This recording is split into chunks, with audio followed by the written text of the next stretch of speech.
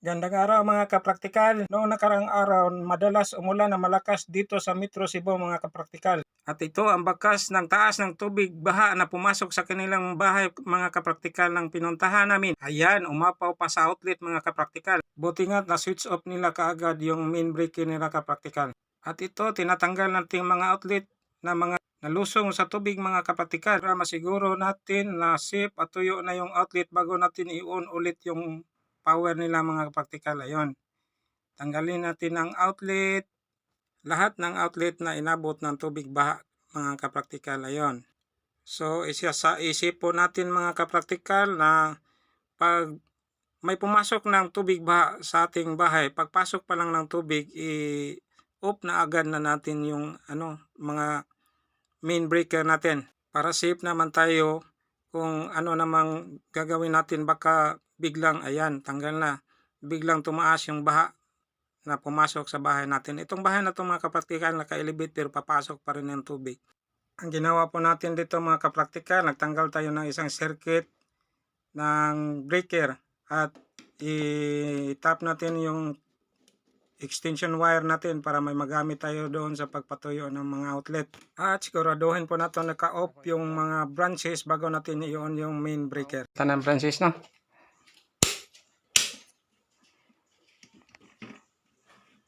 Ano ko main? I-on ko na yung outlet. At nabubuhay na yung extension wire natin mga kapraktikal. Ito namang mga gamit natin mga kapraktikal, isang blower at heat gun. Patuyuan po natin ang tubig doon sa outlet mga kapraktikal na sa pamamagitan ng pag-blower.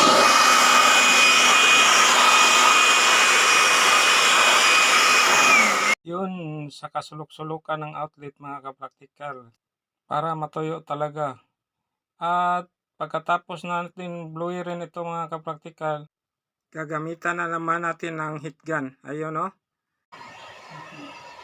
Well done, Epipanyo sa Sarita.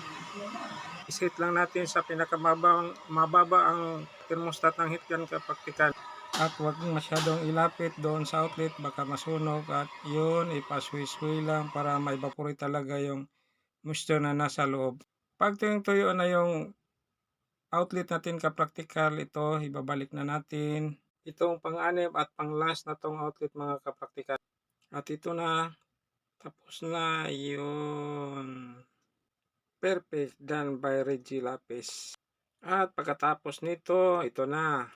Tinanggal na natin yung temporary extension natin na tinatap po dito mga kapraktikal. At ibalik na rin natin yung tinanggal natin isang circuit doon sa isang breaker na tinapa natin. At ibabalik na natin yung cover ng breaker. Ayan mga kapraktikal. Balik natin ang screw. Ihigpitan ang mga screw yan. Matagal ipasok yung screw dito mga kapraktikal at masyadong maingat po tayo kasi buhay po ng load line sa. At ibalik na natin yung front panel ng panel board natin kapraktikal. Ayun. Ayan. I-ano natin ang screw. Ayan. Medyo mahirap-hirap at natapos din. At isunod na rin natin na ng pag-unang breaker. Ayan, main ang inuna natin. At isunod na rin natin itong mga branches. Ayan. Sa bawat pag-on natin ng mga branches mga kapraktikal, pakiramdaman po natin ang mga breaker kung wala bang abnormalities doon sa pag-on natin. At yun lang mga kapraktikal. Thanks for watching. Babo!